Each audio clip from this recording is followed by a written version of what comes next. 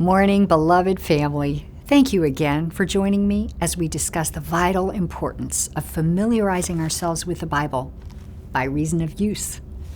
God's Word refreshes us and gives us wisdom. Psalm 19:7 says, "The law of the Lord is perfect, refreshing the soul. The statutes of the Lord are trustworthy, making wise the simple."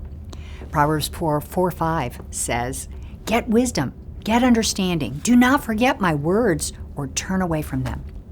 Matthew 7:24 says, "Therefore, everyone who hears these words of mine and puts them into practice is like a wise man who built his house upon a rock." Wisdom enables us to withstand the storm. Proverbs 2:6 says, "For the Lord gives wisdom. From his mouth come knowledge and understanding."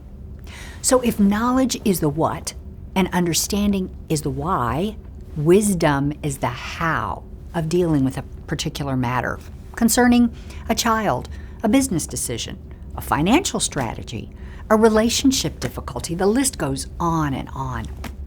Knowing what needs to be done and understanding the subtleties are one thing, but how to put both of these components together in a way that is profitable, that is loving, that is generous, that is most likely to see positive results, that is where wisdom comes into play, and that is where we need the Lord.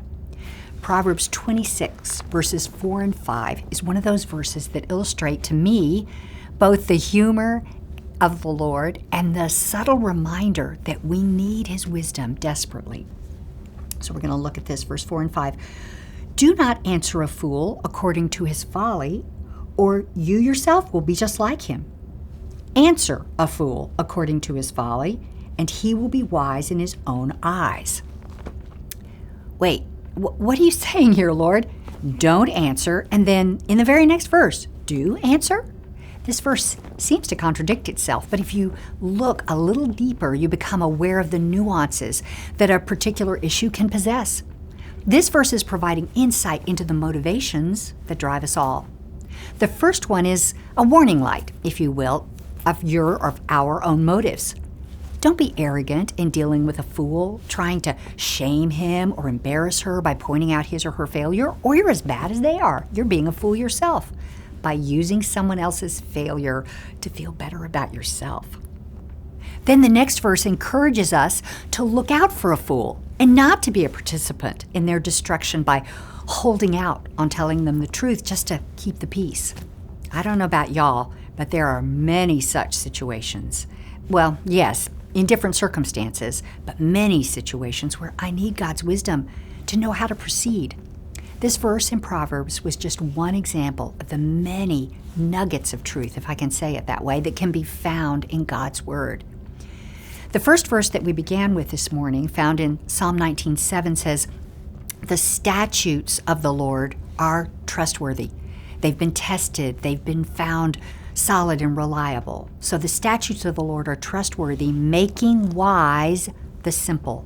The simple here biblically refers to those who are young or naive or untaught in the things of the Lord. This is a promise. The more we're immersed in God's Word and the more of God's Word that is in us, the more we move away from simpleness, that is being unwise or having foolish behaviors or beliefs, and we move toward wisdom. Lord, help us today to receive wisdom and refreshing from your Word. And that refreshing word, what is refreshing? You know, it's that, whew, you do have a solution for the present predicament in which I find myself, Lord.